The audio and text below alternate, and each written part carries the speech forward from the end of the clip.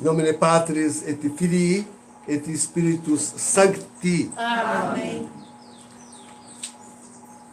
Estamos então hoje na terça-feira da 23ª semana depois de Pentecostes, dia 2 de novembro, celebrando então a memória de todos os fiéis defuntos. Já começa pelo título, né? Se reza a missa não é por todos os mortos, é pelos fiéis defuntos. Não que não rezemos pelos outros, com certeza, com toda a piedade.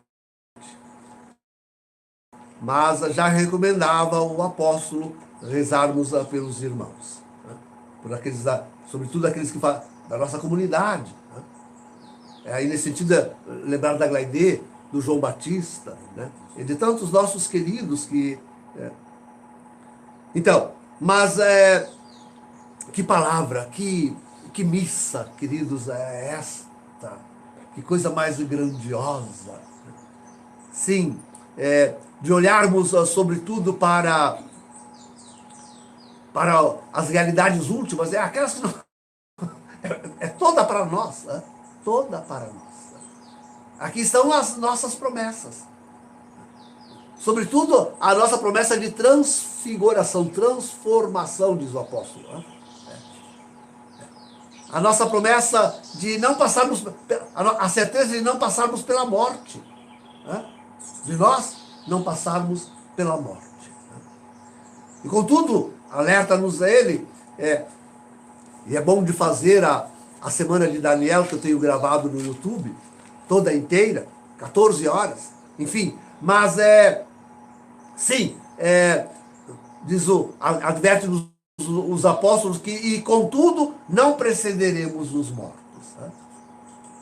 Ao toque dessa trombeta, sabe, quando falava assim, essas coisas, padre é meio sério, os padres são homens muito céticos, né? Duros de crer. Eu, assim, dava qualquer explicaçãozinha, ou nem dava explicação, passa por cima. Mas agora com essas coisas que andam acontecendo por aí, aliás, inclusive com a resposta ridícula de cientistas dizendo que são os sons que se ouvem de vez em quando aqui e acolá, são as placas metálicas lá em cima batendo. Mas que placa é essa? Mas que explicação é essa? Me recomando, diria muito um italiano, né? Como assim, né? Então já não dá para duvidar, hein? Já não dá para duvidar sequer que nós ouviremos as trombetas. Né? E contudo, certamente as ouvirão os mortos lá na mansão onde aguardam. E acontecerá então a ressurreição dos corpos. Gente, hoje nós temos dogmas aqui que são importantes de novo reafirmar, porque o povo não crê, né, mesmo nisso. Não crê. Que o nosso corpo, este corpo que... Desculpe se eu falo... O corpo da minha maninha tão amada que eu enterrei, que está desfeito lá no cemitério, vai levantar-se de novo, levantar-se-á de novo. E já não só com aquelas limitações e aqueles defeitos físicos e doenças que ela tinha.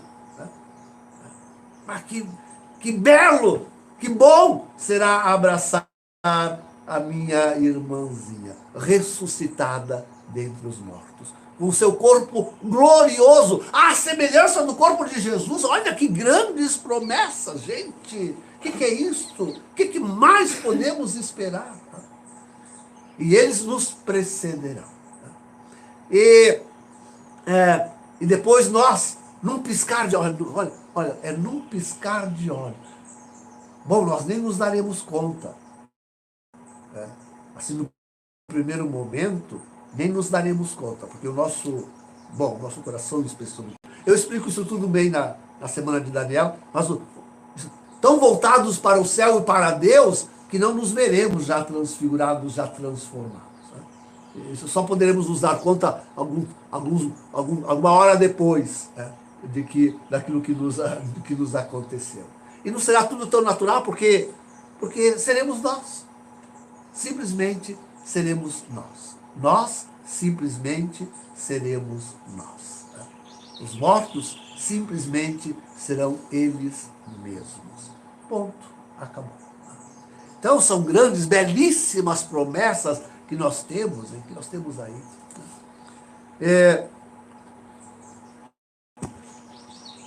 É o que nós aguardamos, caríssimos. É o que nos moveu para cá. O mundo que não crê nesses dogmas fica desesperado.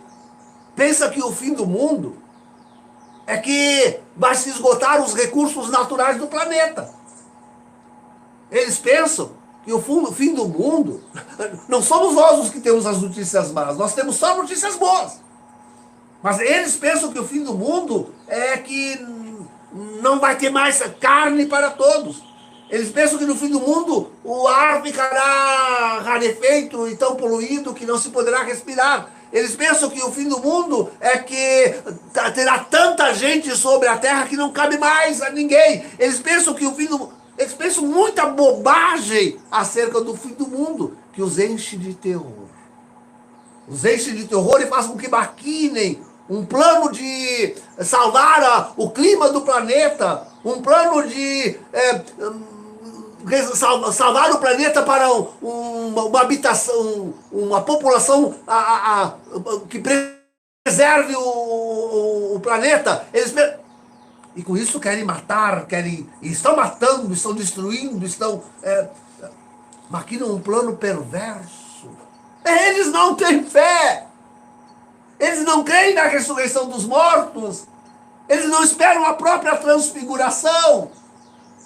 Então eles preferem perpetuar-se na máquina. Olha que ideia mais confusa, mais miserável, mais pequena dessa gente que não tem fé. Eles acham que vão conseguir perpetuar-se com os seus demônios nas máquinas, no computador e na natureza, nessa integração transhumana que eles estão fazendo, promovendo. É assim que eles pensam que será a vida eterna. Miseráveis, desgraçados. Desgraçado quer dizer sem graça. É a pior palavra que pode ser usada.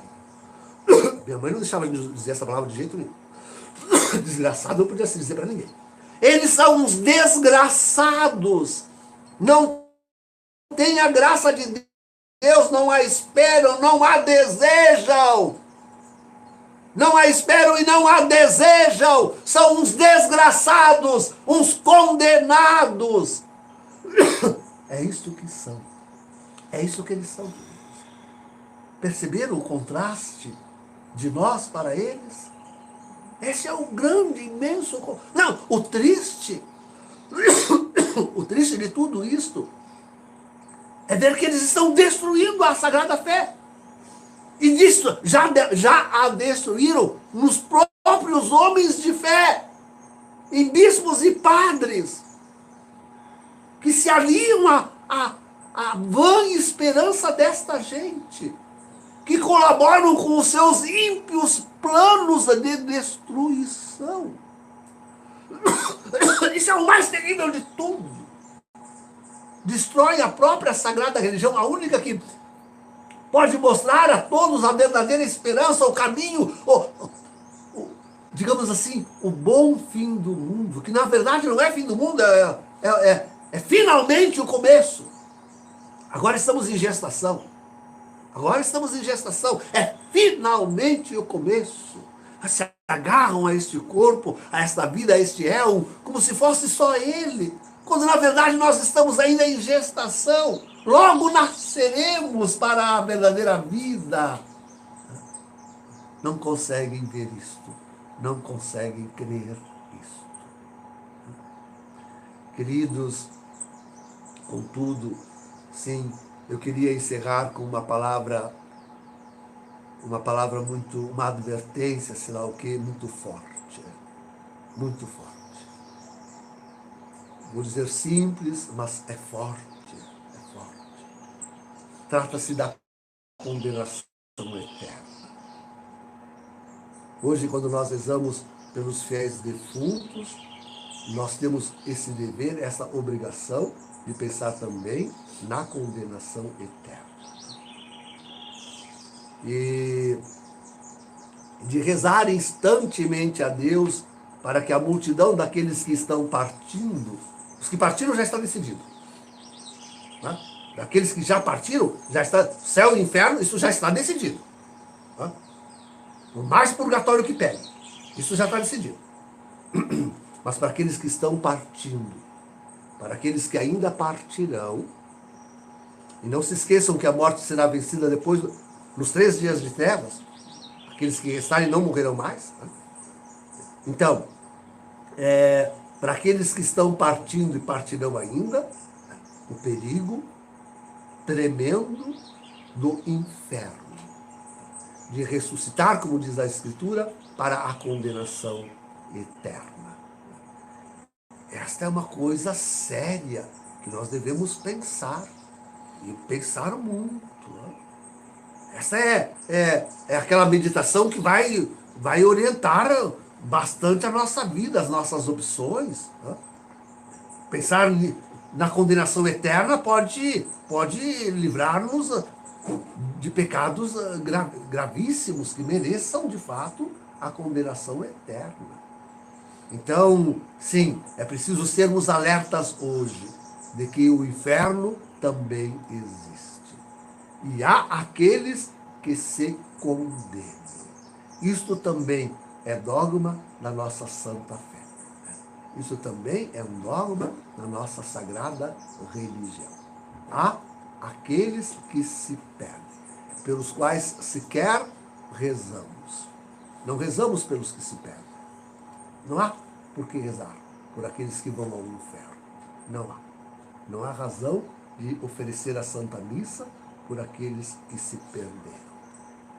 Então, caríssimos, meditemos bem os nossos passos, guardemos bem os nossos caminhos, para que nos conduzam à vida eterna.